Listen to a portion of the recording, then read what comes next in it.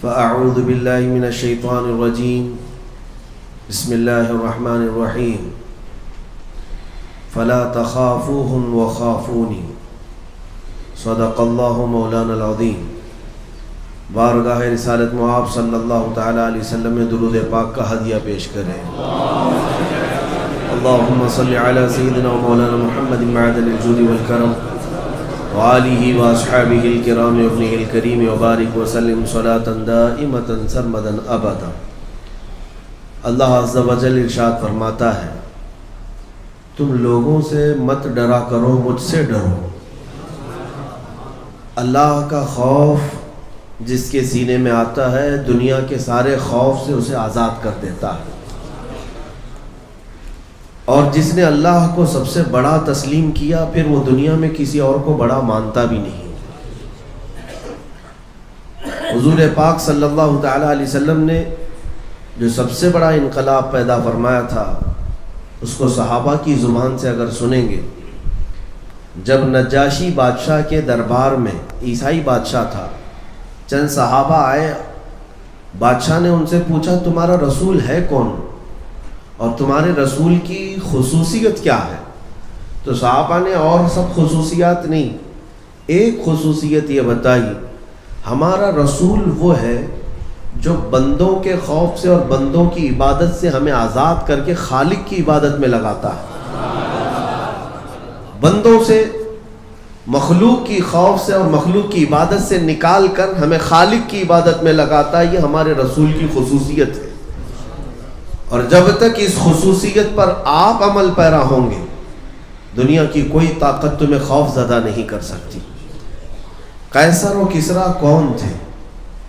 قیصر روم کے بادشاہ کو کہا جاتا ہے اور کسریٰ ایران کے بادشاہ کو کہا جاتا تھا. اس زمانے میں ان کی حیثیت ویسی تھی جیسے آج امریکہ اور رشیا کی ہے، یا امریکہ اور چائنا کی ہے. سپر پاور کی دوڑ میں وہ دونوں طاقتیں پوری دنیا پر قابض تھیں. قیصر اور کسریٰ کا نام ہی کافی تھا پوری دنیا میں، اتنے طاقتور وہ بادشاہت تسلیم کی جاتی. روم کا بادشاہ قیصر ہوتا، ایران کا بادشاہ کسریٰ ہوتا، جن کے پاس لاکھوں کی فوج تھی، بے پناہ ان کے پاس اسلحے تھے، لوٹے ہوئے مارے ہوئے کئی ملکوں پر ان کی اجارہ داری چلتی تھی. لیکن آپ کو میں حیرت کی بات بتاؤں، جو اپنے وقت کے سپر پاور طاقتیں تھیں، مکہ سے ہجرت کر کے مدینے جانے والے صحابہ، ہجرت کر کے جانے والے جن کا گھر بار سب مکہ میں چھوٹ گیا، مال و دولت رشتہ دار سب چھوٹ گئے، مدینے میں آنے والے وہ صحابہ جن کے پاس مکان بھی نہیں تھا، جن کے پاس صحیح ڈھنگ کے لباس بھی نہیں تھے کہ وہ اپنا بدن چھپا سکے، ان صحابہ نے ایک دن یہ نعرہ لگایا مدینے میں، ایک دن وہ آئے گا جب ہم قیصر و کسریٰ کو فتح کریں گے. زمین و آسمان کا فرق نظر آتا ہے دنیا کو کہ یہ وہ لوگ ہیں جو بے گھر ہوئے ہیں، یہ وہ لوگ ہیں جن کا اپنا اصلی وطن چھوٹ گیا، یہ وہ لوگ ہیں جن کا گھر بار جائیداد سب چھوٹ گئی. اور بات کریں، اگر یہ بات کرتے کہ ہم واپس مکہ کو فتح کریں تو لوگ سمجھتے کہ ہاں ان کا وطن چھوٹا ہے، واپس مکہ یہ فتح کر لیں گے. لیکن یہ نہتے صحابہ سیدھے سپر پاور فتح کرنے کی بات کرتے تھے. قیصر و کسریٰ اس زمانے میں مکہ والے ان کا مذاق اڑاتے تھے. کس کا؟ صحابہ کا مذاق اڑاتے تھے. جن کے پیروں میں پہننے کی چپل نہیں، لباس پہ پیبند ہے، دن بھر ایک کھجور پر گزارا کرتے ہیں، یہ لوگ قیصر و کسریٰ کو فتح کرنے کی بات کرتے.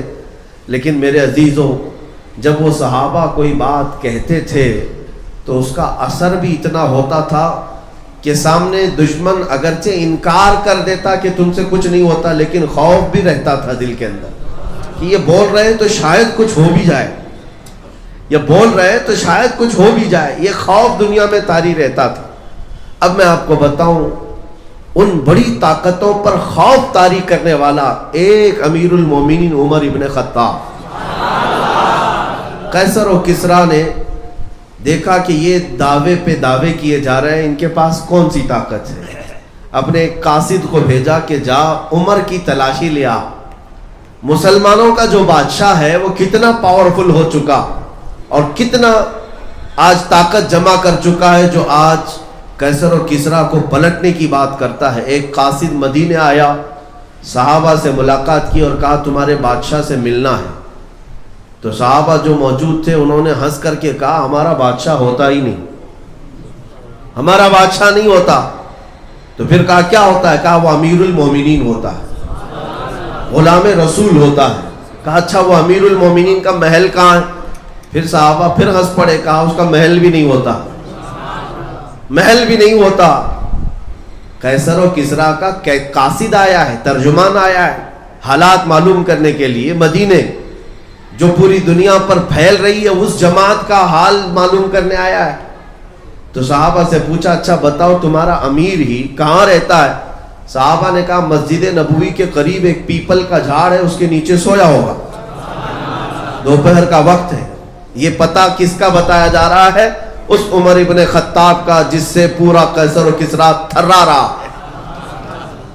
وہ قاصد آیا اور بغور دیکھنے کے بعد اسے اندازہ ہوا کہ واقعی سیدنا عمر ابن خطاب ایک درخت کے نیچے ننگی پیٹھ زمین پر سوئے ہوئے، نہ کوئی باڈی گارڈ ہے نہ سیکورٹی گارڈ ہے، لیکن آپ محو خواب ہیں، آرام کر رہے ہیں۔ قاصد نے دل میں یہ سوچا کہ یہی وہ شخص ہے جس سے ہمارے بادشاہ ڈرے ہوئے ہیں، ہماری پوری فوج میں بہت ساری گرمی اور چہل پہل ہو رہی ہے، اس کو دیکھ کر یہ اکیلا ہے، چاہوں تو میں مار دوں۔ حضرت عمر فاروق کی آنکھ کھل گئی اور کہا جو تو سوچ رہا ہے وہ ہو نہیں سکتا، جو تو سوچ رہا ہے وہ ہو نہیں سکتا، اللہ میری حفاظت میں ہے۔ عزیزان گرامی، یہ کون سی چیز تھی جو انہیں ہر طرح کے خوف سے آزاد کی ہوئی تھی؟ کون سی چیز تھی جو بے خوف دنیا میں جیتے تھے؟ وہ ایک ہی چیز ہے، انہوں نے اپنے دل کو خوف خدا میں بسا لیا تھا، محبت مصطفیٰ میں اپنے آپ کو فدا کر لیا تھا، تو ہر غم سے اور ہر خوف سے آزاد ہو گئے۔ یہی وہ لوگ ہیں جن کے بارے میں قرآن نے کہا الا ان اولیاء اللہ لا خوف علیہم ولا هم يحزنون، آگاہ ہو جاؤ اللہ کے جو دوست ہیں انہیں نہ دنیا میں کسی کا خوف ہوتا ہے نہ آخرت کا غم ہوتا ہے۔ خوف کس بات کا ہوگا؟ آج سب سے بڑا ہمارا ایشو یہی ہے کہ ڈر اور خوف جس میں ہم جی رہے ہیں۔ حالات ایسے ہیں کہ میرے عزیزو دوسروں کی بات کیا، ایک مولوی صاحب ہمارے بغل میں کھڑے ہونے سے خوف کھا رہے تھے۔ 4 دن پہلے کی بات، ہمارے دوسرے لوگوں نے پوچھا، کہا نہیں فوٹو میں آ جاؤں گا، میرے پر بھی کوئی مسئلہ نہ آ جائے۔ یہ خوف ہے، یہ خوف ہے۔ عزیزان گرامی، میں ہر ایک کے بارے میں نہیں کہتا، لیکن اس خوف کو ڈالا کس نے ہے؟ یہ خوف تمہارے دلوں میں آیا کیوں؟ اس کو بھی حدیث رسول سے اگر میں آپ کو بتاؤں، مشکات ابو داؤد شریف کی حدیث ہے، نبی پاک صلی اللہ تعالیٰ علیہ وسلم نے ارشاد فرمایا ان قریب ایک زمانہ ایسا آئے گا کہ تمہارے دلوں پر اللہ کافروں کا خوف ڈال دے گا، دشمنوں کا خوف ڈال دے گا تمہارے دلوں پر۔ صحابہ نے پوچھا یا رسول اللہ ایسا کیوں ہوگا، ایسا کیوں ہوگا؟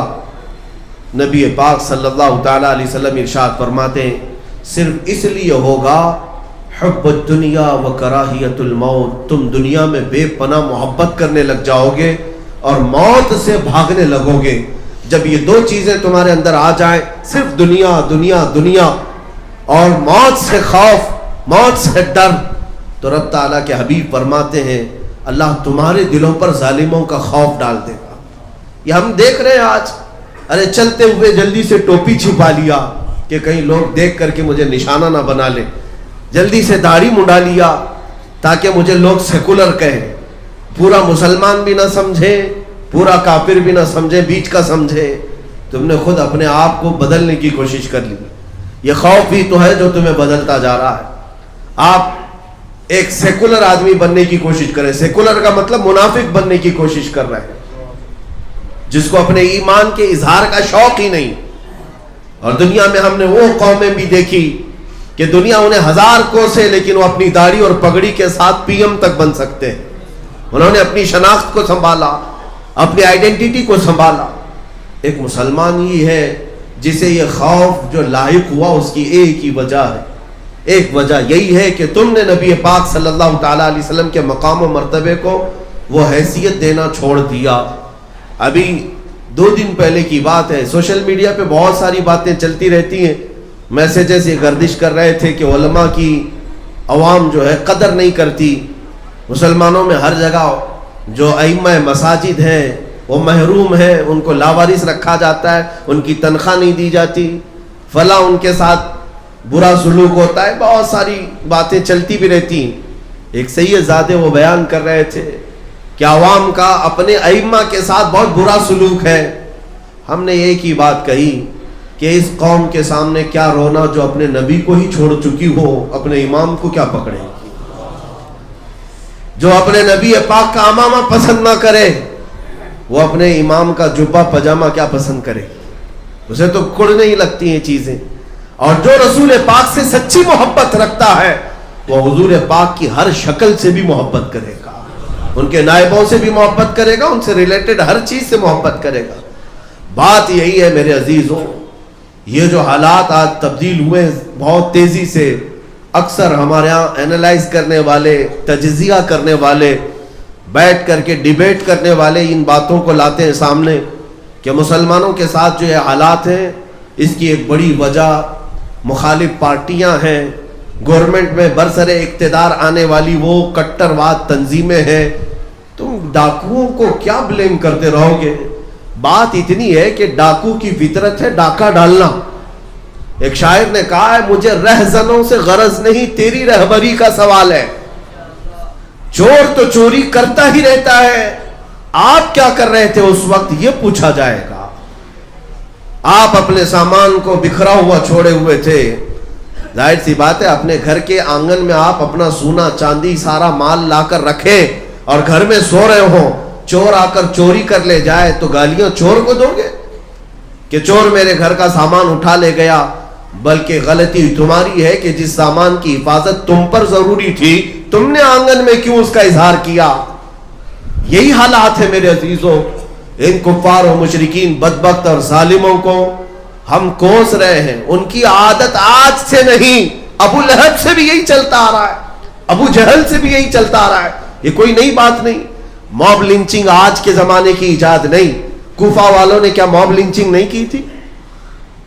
ایک امام مسلم بن عقیل کو سارے کتوں نے گھیر کر قتل کیا, ان کے سر کو گورنر ہاؤس پر لٹکایا, یہ موب لنچنگ ہی تو تھی. ہانی بن عروہ کو قتل کر کے کوفہ کے بازاروں میں گھمایا, یہ موب لنچنگ ہی تو تھی. آج کی ایجاد نہیں ہے, یہ پچھلے کئی صدیوں سے ظالم اپنے ظلم پر اور کافر اپنے کفر پر اڑا ہوا ہے. سوال صرف تمہارے متعلق آتا ہے کہ تم آج اتنی تیز کیسے بدل گئے. اس لیے کہ جب ہماری تعداد 313, 414, 1000, 2000 کی ہوتی, لیکن دشمنان اسلام پر ایک ہیبت طاری ہوتی تھی, ایک ہیبت طاری ہوتی. میں نے ایک انگریز مفکر کی لکھی ہوئی تاریخ کو دیکھا جس نے صلاح الدین ایوبی کی تاریخ لکھی ہے. وہ جرمن کا رہنے والا یا اٹلی کا رہنے والا, اس نے یہ لکھا ہے کہ میں نے پوری تاریخ میں ایسا شخص نہیں دیکھا کہ صلاح الدین کے پاس ایک وقت ایسے حالات آ گئے کہ 12,000 کا صرف اس کے پاس لشکر رہ گیا تھا. توجہ چاہتا ہوں, 12,000 کا لشکر رہ گیا تھا اور مقابل میں سارے صلیبی بادشاہ جمع ہوئے اور ان کی فوج جو جمع ہوئی وہ 4 لاکھ کی ہو چکی تھی. اور 4 لاکھ کی فوج وہ صلاح الدین ایوبی کے سر پر لا کر کھڑے ہو گئے. اور صلاح الدین کے پاس راستہ کیا تھا؟ یا تو بھاگ جائے میدان چھوڑ کر, یا تو ان سے صلح کر لے اور علاقے دے دے. لیکن اس مرد قلندر کو ہزاروں سلام اپنے مجاہدین سے پوچھا کہ تم تعداد دیکھ رہے ہو 4 لاکھ کی اور ہم 12,000 ہیں, اگر ملٹیپل کیا جائے تو پتہ نہیں کتنے گنا ہو بڑھ جائے, کئی گنا بڑھ جائے. صلاح الدین ایوبی کے ساتھ جو مجاہدین اسلام تھے, جو نوجوان تھے, انہوں نے صرف اتنی بات عرض کی کہ صلاح الدین آپ ہم سے اجازت کس بات کی لے رہے ہیں؟ کیا اسلام میں آج تک کبھی تعداد دیکھ کر کے جنگ کی گئی ہے؟ اگر تعداد دیکھ کر جنگ کرنی ہوتی تو رسول اللہ بدر میں کبھی نہیں جاتے. اگر تعداد ہی کا مسئلہ ہوتا تو خندق اور احد میں حضور جاتے ہی نہیں, ہر جگہ لوگ دشمنوں کی ہی میجورٹی تھی. اے صلاح الدین, ہمارے 12,000 پر ہمیں نہ یقین ہے اور نہ ان 4 لاکھ کا ہمارے اوپر خوف ہے. اس میدان میں ہمارے ساتھ جو کچھ بھی ہے وہ اللہ کا بھروسہ ہے, اللہ کی ذات پر بھروسہ ہے. مومنوں, اس بھروسے اور توکل کو چھوڑے بیٹھے ہو. آج کروڑوں کی تعداد تمہاری ہے لیکن ڈرے سہمے ہوئے. اس کی ایک وجہ یہی ہے, اس کی ایک خاص وجہ کہ جب تک آپ ان تمام حالات کو دیکھ کر کڑتے اور اندر ہی گڑتے رہ جائیں گے, لیکن ان میں ایک بہت بڑا جو مسئلہ ہے وہ دشمنوں کا نہیں, جو کھلے ہوئے دشمن ہیں ان کا نہیں, جماعت کے اندر موجود جو غدار منافقین ہیں ان کا ایک بہت بڑا ایشو ہے مسلمانوں کی. ہر زمانے میں مسلمانوں کے اگر حوصلے کوئی پست کرتا ہے تو وہ دوسرا مسلمان ہوتا ہے. مسلمانوں کو اگر پیچھے ڈھکیلنے کی پلاننگ کرتا ہے تو مسلمان ہی آتا ہے. میرے مرشد گرامی حضور تاج الشریعہ رحمت اللہ تعالی علیہ نے ایک آیت کی تشریح بھی فرمائی اور ارشاد فرمایا. یہ 5ویں پارے کی آخری آیتوں میں سے ہے. اللہ تعالیٰ فرماتا وَلَن يَجْعَلَ اللَّهُ لِلْكَافِرِينَ عَلَى الْمُؤْمِنِينَ سَبِيلًا. اللہ کا فرمان سنا رہا ہوں. رب تعالیٰ فرماتا ہے اللہ ہرگز کافروں کو مسلمانوں پر غلبہ نہیں دے گا. بات توجہ کی ہے, اللہ فرما رہا ہے کفار و مشرکین کو اللہ مسلمانوں پر غلبہ کبھی نہیں دے گا. لیکن یہاں دکھا تو رہا ہے, یہ حالات تو ہیں, تو کیا قرآن جھوٹ بول رہا ہے؟ اللہ تبارک و تعالیٰ جو کہہ رہا ہے وہ کیا ہے پھر؟ ہمارے بزرگ مرشد نے یہ فرمایا تھا. ہاں, اس کی تفسیر میں مفسرین نے فرمایا کہ اگر کافر کسی مسلمان پر غلبہ پاتا ہے تو وہ کسی دوسرے مسلمان کے ذریعے سے پاتا ہے. جب تک کوئی منافق اس کا ساتھ نہیں دیتا تب تک وہ براہ راست کبھی تم پر حاوی نہیں ہوتا.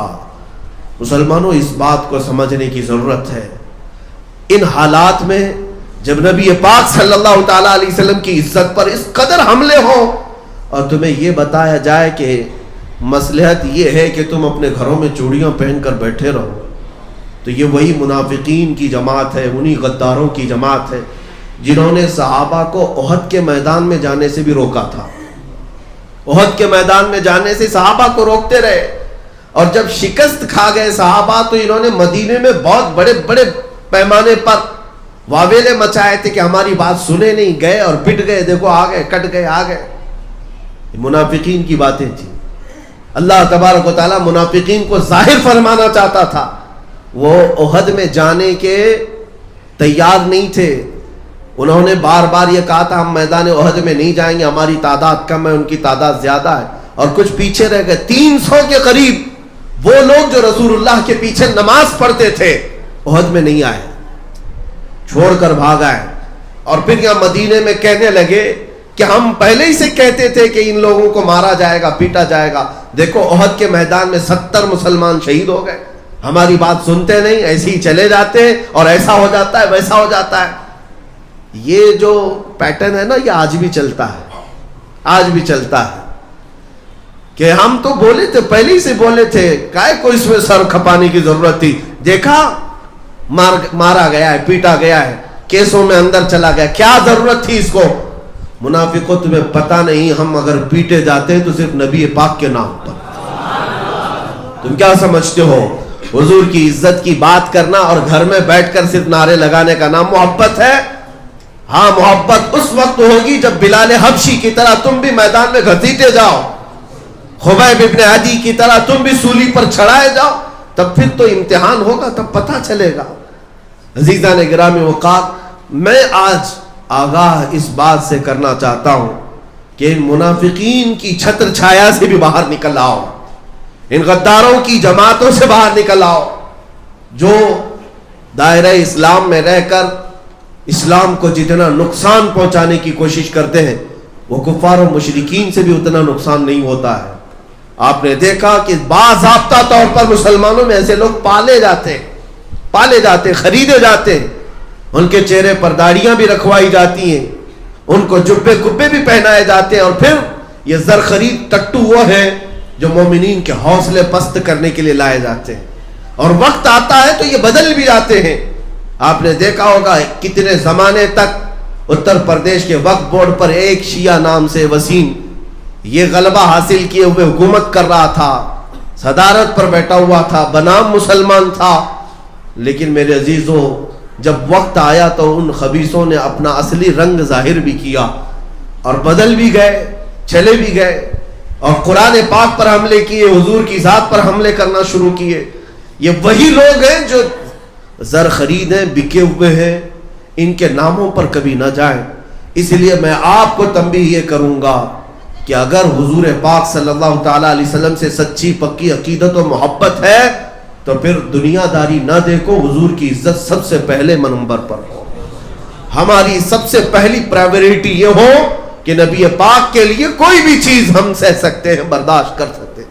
اور اگر آج اس بات میں سیریس نہیں ہوئے تو پھر کل جو ہونے والا ہے وہ اور بھی خطرناک ہے, اور بھی خطرناک ہے. آج ملکی حالات پر مجھے بڑا افسوس بھی ہے, اتنی تیزی سے یہ حالات یوں نہیں بدلے. غالباً آج سے 8 سال پہلے میں اسی سرزمین سے چیخ رہا تھا کہ ایک وقت آئے گا جب تمہاری ماں اور بہنوں کو بازار میں لا کر نیلام کر دیا جائے گا, تم کچھ بھی نہیں کر سکو گے. امام غزالی کا فرمان میں نے سنایا تھا کہ حضور کی توہین برداشت کر کے خاموش رہنے والی قوم کے ساتھ یہ ہوگا, اور تمہارے بچوں کو مار دیا جائے گا, تم کچھ نہیں کر سکو گے. 7-8 سال نہیں گزرے, وہ آج حالات ہماری آنکھوں کے سامنے, ہماری ماں اور بہنوں کے ساتھ جو کچھ بھی ہو رہا ہے وہ سب آپ دیکھ رہے ہیں. آپ کو پتہ ہے کتنے ایسے یہاں پر آئی ٹی سے تعلق رکھنے والے جانتے ہوں گے, باضابطہ ایپلیکیشن بنا کر جس میں مسلمان عورتوں کی ڈیل کی جا رہی ہے, مسلمان عورتوں کے اس میں بایو ڈاٹا رکھ کر کے انہیں نیلام کیا جا رہا ہے. اس عورت کے 50,000 قیمت ہے, اس کے 1 لاکھ قیمت ہے, اس کی 2 لاکھ قیمت ہے, اس میں ساری مسلمان عورتیں ہیں. یہ سب کون کر رہا ہے؟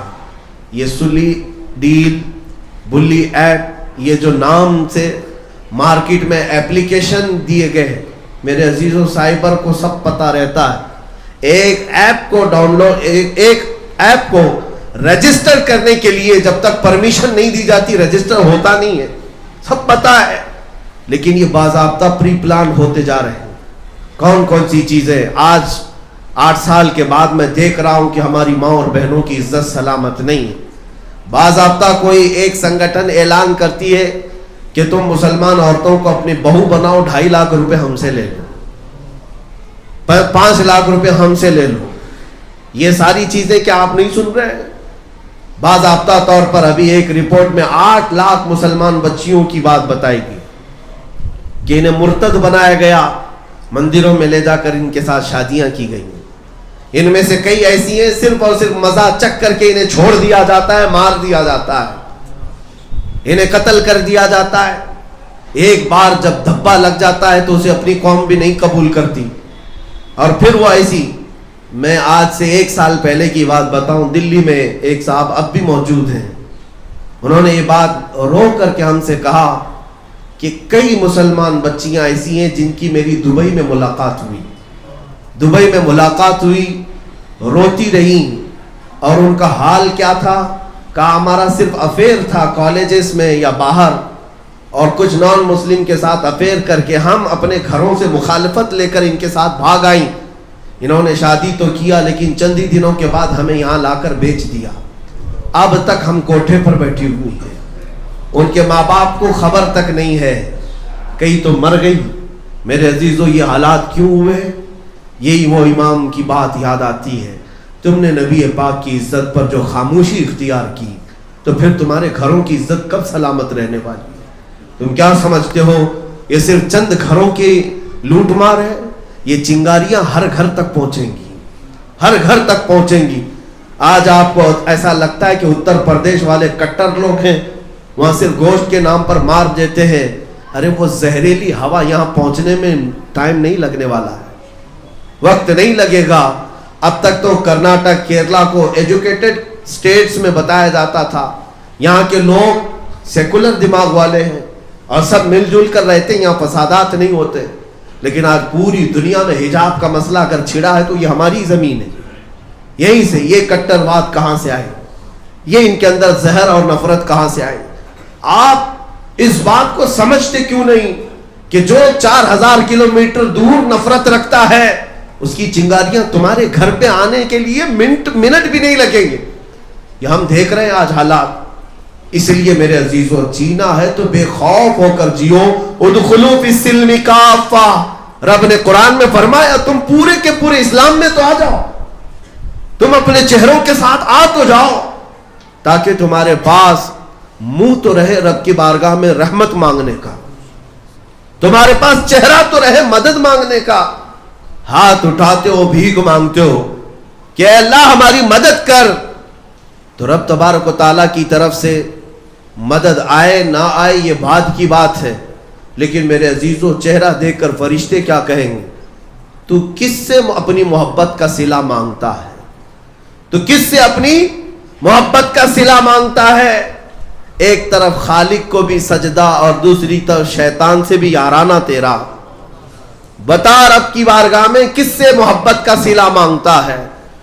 تو غیر المغضوب علیہم ولا الضالین ہر نماز میں کہتا ہے, جس کا مطلب یہ ہوتا ہے کہ مولا ہمیں یہودیوں اور عیسائیوں کے راستے پر مت چلا. تم ہر مسجد میں اللہ کو یہ کہہ کر جاتے ہو اور باہر جا کر تمہارا لباس, تمہارا چہرہ, تمہارا پہناؤ سب تو یہود و نصارہ کا ہے. پھر اللہ کی بارگاہ میں جھوٹ کیوں بولتے ہو؟ اللہ کی بارگاہ میں جھوٹ کیوں کہتے ہو کہ اللہ ان کے راستے پر نہ چلا؟ کچھ تو تمہیں اپنے دلوں سے تبدیل کرنا ہوگا. آج میں ایک بات یہ بھی بتا دوں ان نوجوانوں کے لیے جو ماڈرن بن کر کے یہ سمجھتے ہیں کہ ہمیں کوئی کچھ نہیں کر لے گا. یہ ملا لوگوں کو چھیڑتے ہیں نا, داڑھی والوں کو لوگ چھیڑتے ہیں, ٹوپی والوں کو چھیڑتے ہیں, مذہبی لوگوں کو چھیڑتے ہیں. ارے اس زہریلی کافر جماعت کو آپ نے دیکھا نہیں, جنہوں نے ان کو راضی کرنے کے لیے پچھلے 30-40 سال سے پوجا پاٹ کی ہے, انہیں بھی یہ نہیں بخشتے. چاہے وہ بالی ووڈ کا ہیرو ہو کہ ہالی ووڈ کا ہیرو ہو, جس نے سارا کچھ بدل بھی لیا, نام اگر مسلمان ہے تب بھی یہ تمہیں ہضم نہیں کر سکتے, یہ تمہیں ہضم نہیں کریں گے. عزیزان گرامی وقار, آپ کیا سمجھتے ہیں اس تیاگی کو جو بدل کر کے گیا ہے وہ جماعت قبول کر لے گی؟ وہ جماعت قبول کر لے گی؟ وہ اپنے دلتوں کو آج تک قبول نہیں کر سکے, ایک مسلم کو کہاں قبول کریں گی؟ حالت بعد میں یہی ہوگی, دھوبی کا کتا نہ گھر کا نہ گھاٹ کا, ادھر کے بھی نہیں رہے ادھر کے بھی نہیں رہے. اسی لیے ان نوجوانوں سے میں کہتا ہوں جو آج دنیا میں تھوڑے سے اپنے چہرے کو بنانے کے لیے اپنے نبی کو چھوڑ دیا اور لوگوں کو راضی رکھنے کے لیے اپنے آپ کو بدل لیا, یہ دنیا تو تمہاری موت تک کبھی راضی نہیں ہو سکتی, لیکن قبر میں جاؤ گے تو اس رسول کو راضی کرنے کا کیا گیا؟ وہ بھی تو راضی, ان کو بھی راضی نہیں کر سکے. پھر آخر جیے کس کے لیے؟ دونوں چیزیں ہاتھ نہیں آ سکی تمہارے, نہ حضور کو راضی کر سکے نہ دنیا کو راضی کر سکے. دنیا کا حال تو یہ ہے کہ تم جبہ پہنو تو انہیں اعتراض, ٹوپی پہنے تو اعتراض, ارے ننگے گھومو تو بھی اعتراض. کبھی تم سے یہ راضی ہو ہی نہیں سکی. مسلمان بچیاں اگر یہ سمجھتی ہیں کہ حجاب پہننے سے ان کو تکلیف ہے, اٹھا دیتے, نکال دیتے حجاب. میں چیلنج کے ساتھ کہتا ہوں کہ تم دوپٹے کے ساتھ جاؤ تب بھی انہیں نفرت ہے. مسئلہ حجاب کا نہیں ہے, مسئلہ تمہارے ایمان کا ہے, تمہارے اسلام کا ہے. جب تک اسلامی نام تمہارے ساتھ ہے, ظالم اور زہریلے لوگ تمہیں کبھی بھی ایکسپٹ نہیں کر سکتے. اس لیے میرے مولا کے فرمان پر آ جاؤ, ادخلوا فی السلم کافہ. پورے کے پورے اسی گھر میں کیوں نہیں داخل ہو جاتے؟ چوکھٹ پر کھڑے ہو, ایک پیر ادھر ایک پیر ادھر کر کے آ تو جاؤ, ساری بارشوں سے مولا تمہیں خود بچا لے گا. اسی لیے امام اہل سنت فاضل بریلوی نے بھی کہا تھا, آج لے ان کی پناہ آج مدد مانگ ان سے, آج لے ان کی پناہ آج مدد مانگ ان سے, کل نہ مانیں گے قیامت میں اگر مان گیا. وہاں تو سب ماننے کے لیے تیار کھڑے ہوں گے, لیکن کمال یہ ہے اے مومن حضور کو آج ہی مان لے, آج ہی ان کو اپنا آقا و مولا تسلیم کر لے, آج ہی ان کو اپنا داتا و والی سب تسلیم کر لے, آج ہی اس حضور کے قدموں پر قربان ہونے کے لیے تیار ہو جا. ہم نے عزتیں دیکھی ہیں حضور کے قدموں میں, ہم نے عزتیں دیکھی ہیں حضور کے دیوانوں کی, ہم نے عزتیں دیکھی ہیں حضور کے غلاموں کی. وہ جس کائنات میں بھی گئے ہیں انسان تو انسان، درند و چرند و پرند بھی ان کے لیے پر بچھاتے ہیں.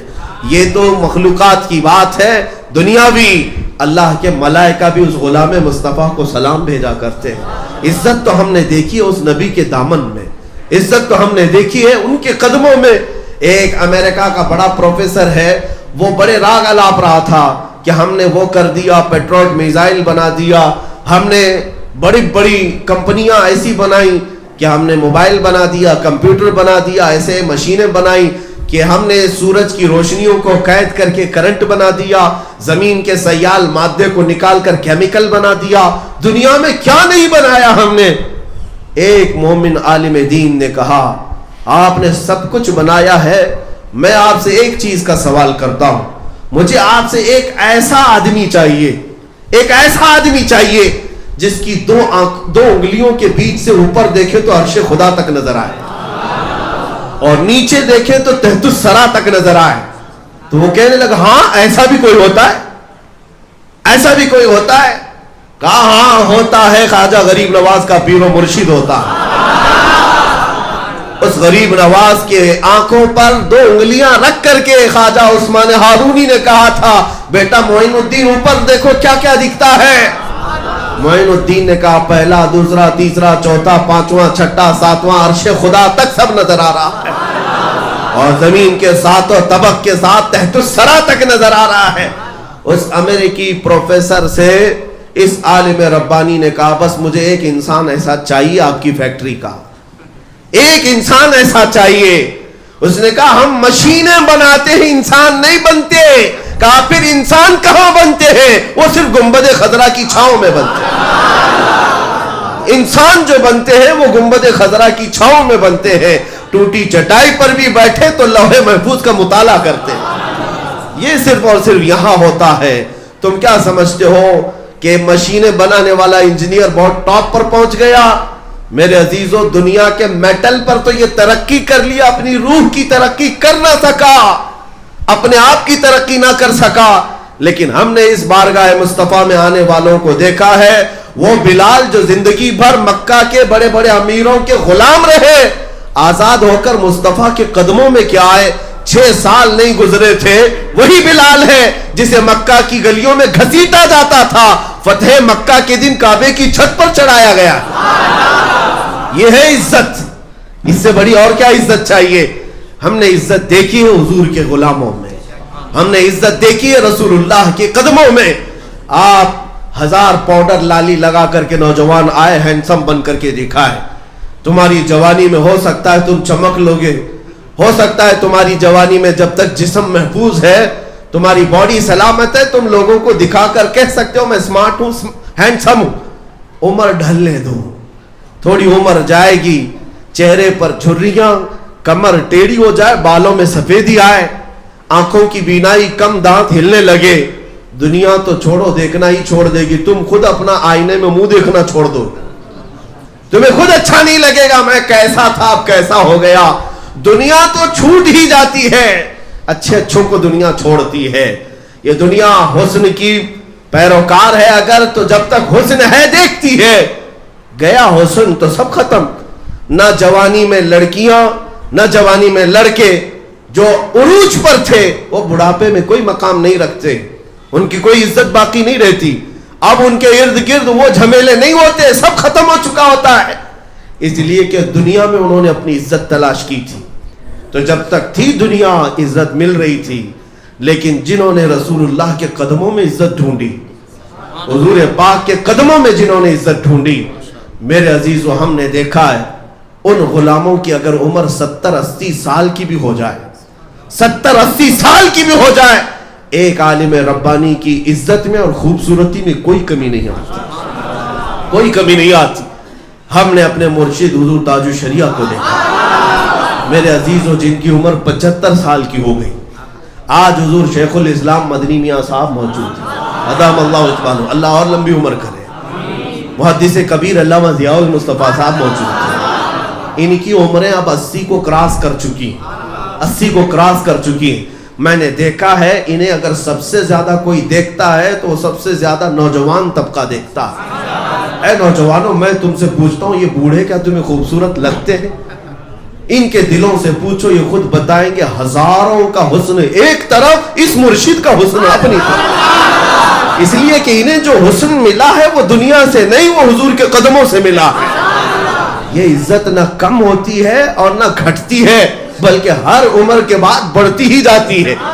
یہاں ہوتا ایسا ہے کہ ریٹائرمنٹ ملتی ہے دنیا میں، 60 سال کے بعد آپ گھر بیٹھو، اس لیے کہ آپ دماغ سٹیا جائے گا، الٹے سیدھے فیصلے کرو گے. بہت زیادہ بوڑھے ہو گئے تو ان کو لوگ پوچھنا چھوڑ دیتے، ارے میاں بوڑھا ہو گیا، پگلا گیا، سٹیا گیا، کیا کیا باتیں کرتا ہے.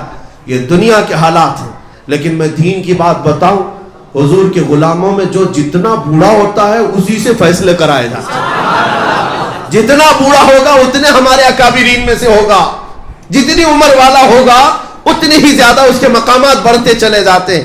لیکن بحمدہ تعالی حضور کے غلاموں میں ایک کو بھی میں نے پاگل ہو کر مرتے ہوئے کبھی نہیں دیکھا، پاگل ہو کر مرتے ہوئے نہیں دیکھا. اعلیٰ حضرت فاضل بریلوی رضی اللہ تعالیٰ 25 صفر کا دن ہے جس دن ان کا انتقال ہو رہا ہے. وہ کئی دن سے نزع کے عالم میں تھے، وہ نزع کے عالم میں تھے. سکرات کسے کہتے پتہ ہے؟ باپ بیٹے کو نہیں پہچانتا، بیوی کو نہیں پہچانتا، سکرات اسے کہتے ہیں. جمعہ کا دن ہے، 2:38 پر آپ کا انتقال ہوا، مشہور ہے. لیکن اسی دن کی بات ان کے شاگرد صدر الشریعہ کہتے ہیں. اعلیٰ حضرت کے شاگرد ہیں حکیم امجد علی خان رحمۃ اللہ علیہ، کہتے ہیں میں دارالافتاء میں فتویٰ لکھ رہا تھا، مجھے ایک عبارت نہیں مل رہی تھی کس کتاب میں، ریفرنس مجھے چاہیے تھا. لیکن اعلیٰ حضرت بیمار تھے، کئی دنوں سے بیمار تھے. لیکن میرے بس کا بھی کام نہیں تھا، لائبریری ڈھونڈ ڈھونڈ کر تھک گیا، مجھے مل نہیں رہی تھی. سوچا کہ ایک بار زحمت دے دوں. آئے، یہ 12 بجے یا 11 بجے کا وقت تھا جمعہ کا، اذان سے پہلے کی بات ہے.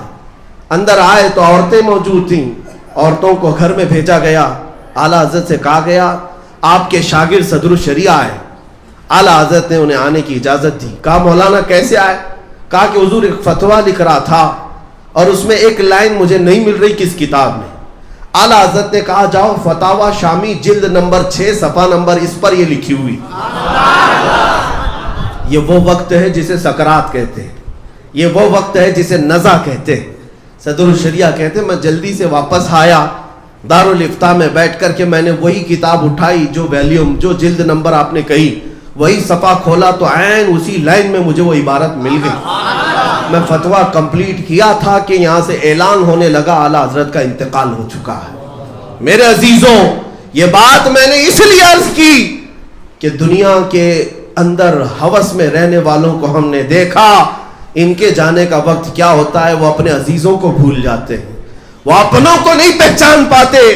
لیکن جو رسول اللہ کے قدموں میں فنا ہو گیا، آخری سانس تک مولا اس کے دماغ کی بھی حفاظت کرتا ہے، اس کے عقل کی بھی حفاظت کرتا ہے، اس کے حسن کی بھی حفاظت کرتا ہے.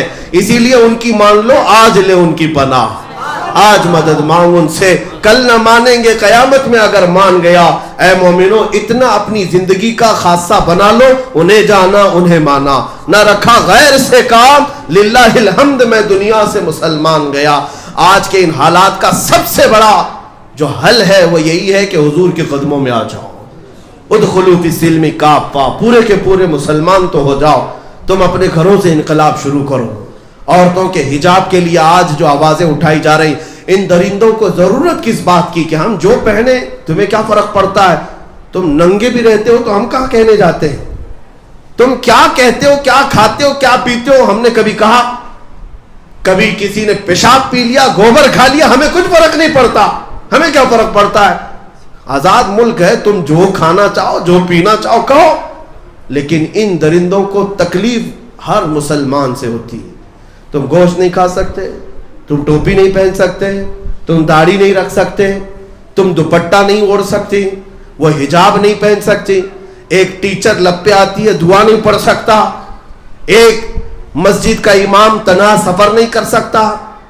حالات ابھی گجرات میں ایسے ہیں کہ ایک صاحب ہمارے ساتھ رہتے ہو، کہتے ہیں میں گاؤں میں گیا تو پورے گاؤں والوں نے گھیر کر کہا آپ سے خرید و فروخت ہمارے لیے جائز نہیں، ہمارے مکھیا نے اعلان کر دیا مسلمان سے خرید و فروخت نہیں ہو سکتی. یہ زہر ہے، یہ زہر ہے. میرے عزیزوں، انہیں قرآن پسند نہیں، انہیں رب ذوالجلال کے نام پسند نہیں, حضور پاک کا نام پسند نہیں, ہر چیز ہماری ناپسند ہے, تو پھر تم کس کے پیچھے لگے ہوئے ہو؟ قیامت کے دن اللہ کی بارگاہ میں جواب دینا ہوگا. جو قوم دشمنی میں تل رہی تھی, تم اس کو راضی کرنے کے لیے آگے پیچھے گھوم رہے تھے. اے مسلمانوں, آج اگر کسی کو راضی کرنا ہے تو وہ مولا کو راضی کر لو, وہ صرف ایک سجدے میں راضی ہوتا ہے. اس رسول کو راضی کر لو جو ایک درود میں راضی ہوتا ہے. اور اس دنیا پر پوری طاقت بھی جھونکو, یہ نہیں راضی ہوگی تم سے, یہ راضی نہیں ہوگی. حجاب کے مسئلے کو آپ یہ سمجھ رہے پروٹیسٹ کرنے سے ختم ہو جائے گا, ہم اپنی طاقت دکھائیں گے. نہیں میرے عزیزو, عہد تو یہ کرو, غلطیاں ہمارے گھروں سے تھی, اب ہماری ہر بچی حجاب میں آئے گی, ہماری ہر بچی حجاب میں آئے گی. اب پابندی کرو اور اس کے بعد دیکھو پھر اللہ تعالیٰ کی مدد کیسی ہوتی ہے. ایک بار جب تمہیں حکم دیا مولا نے کہ اس طرح سے تم ڈھل جاؤ میرے نبی کے اخلاق میں, پھر ہوگا کیا؟ کفر دم توڑ دے گا ٹوٹی ہوئی شمشیر کے ساتھ. کفر دم توڑ دے گا ٹوٹی ہوئی شمشیر کے ساتھ. گر تم نکل آؤ ایک بار نعرہ تکبیر کے ساتھ, بس اتنی ضرورت ہے. تم صرف ایک نعرہ بھی لگاؤ تو کئی لوگوں کے چولہے ہل جائیں, کئی لوگوں کے تخت ہلنے لگے. لیکن اس نعرے کی بات کر رہا ہوں میں جو ایمان کے ساتھ نکلے, جو رسول پاک کی محبت میں نکلے, جو اخلاص کے ساتھ نکلے. ہم نے آج بھی دیکھا ہے ایک صدائے اللہ اکبر میں اتنی طاقت ہے کہ مولا اگر چاہے تو پوری دنیا کے لوگوں کے دلوں میں بزدلی کو ختم فرما دے. اس رب ذوالجلال کے نام میں وہ پاور ہے کہ ایک بھی تم ہو اگر صرف یہی تو بات تھی ہم دیکھ رہے ہیں. رب ذوالجلال کے نام ہی کی تو برکت ہے کہ 40 کتے بھی میری ایک بہن کا کچھ نہ کر سکے. ارے وہ کراٹے مین نہیں تھی, کراٹے وومن نہیں تھی, اور نہ ہی جو ہے طاقت بنائی ہوئی کوئی خاتون تھی. ہاں ہمارے پاس جو طاقت ہے وہ اللہ اکبر کی طاقت. ہمارے پاس جو طاقت ہے, جنگ یرموک میں جانتے ہو حضرت ابوبکر صدیق نے کیا نعرہ لگوایا تھا؟ کہا تھا کہ اپنوں اور غیروں کو پہچاننے کے لیے ایک ہی نعرہ, یا محمد یا رسول اللہ. اس میں طاقت اتنی طاقت تھی کہ غیروں کے چولہے ہلتے تھے. لیکن یہ کب ہو؟ جب ایمان کے ساتھ ہو, جب اخلاص کے ساتھ ہو. آج تم بدل لو کہ میرے کان اب یہ فلمی نغموں کے, آوارہ گردی کے گانوں کے پیروکار نہ ہوں گے. میں سو جاؤں گا یا مصطفیٰ کہتے کہتے, میں اٹھوں گا صلی علی کہتے گئے. میری زندگی میں تبدیلی آ جائے, انقلاب آ جائے. آج سے میں قرآن پڑھ کر کے سوؤں یا قرآن سن کر کے سوؤں گا, اٹھوں گا تو میرے کانوں میں نغمے رب ذوالجلال کے گنگنائے جا رہے ہوں. حضور پاک کی محبت میں جیوں گا اور دنیا سے جاؤں گا بھی تو حضور پاک کی محبت میں جاؤں گا. یہ عہد کرو میرے عزیزوں, پھر انشاءاللہ اللہ کی مدد بہت قریب ہے, بہت قریب ہے. ایک بشارت دے کر جاتا ہوں, آخری میری بات, خوشخبری بھی یہ دے کر جاتا ہوں. حالات خراب ہوں گے, اور حالات خراب ہوں گے, یہ زہر بھرے گا. اس لیے کہ ہمارے اللہ تبارک و تعالیٰ کا ایک قانون ہے کہ جب کچرا اور اچھی چیزیں مل جائیں تو انہیں چھانٹنے کے لیے مولا تعالیٰ سختیاں نازل کرتا ہے. منافقین کا کچرا نکل جائے گا اور پیوریٹی والے, ایمان والے باقی رہ جائیں گے, مخلصین باقی رہیں گے. تم ثابت قدم رہنا. میری یہ بشارت سن کر کے جاؤ. یہ حالات کی جو تبدیلی ہے وہ یوں ہی نہیں, وہ امام مہدی کے ظہور کی علامت, وہ امام مہدی کے ظہور کی علامت یہ ہے. پوری دنیا میں جو حالات بدلے ہوئے ہیں وہ یوں ہی نہیں, وہ امام مہدی کے ظہور کی علامات ہے. ہم نے مکہ سے, مدینے سے, بغداد سے, ہر علاقے سے بدلتے ہوئے حالات کو دیکھا ہے.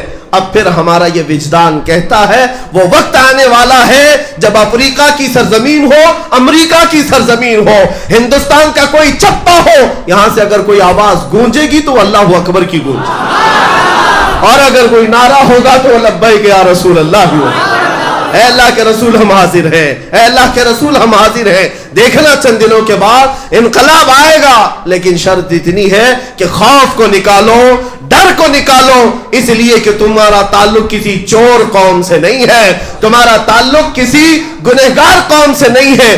فخر سے کہو کل بھی میں حضور کا غلام تھا, آج بھی میں غلام ہوں. اپنا سب کچھ گنبد خضرا کل بھی تھا اور آج بھی ہے. میرے نبی سے میرا رشتہ اور بتلا دو گستاخ نبی کو غیرت سنی زندہ ہے، ان کے نام پہ مر مٹنے کا جذبہ کل بھی تھا اور وآخر دعوانا الحمدللہ.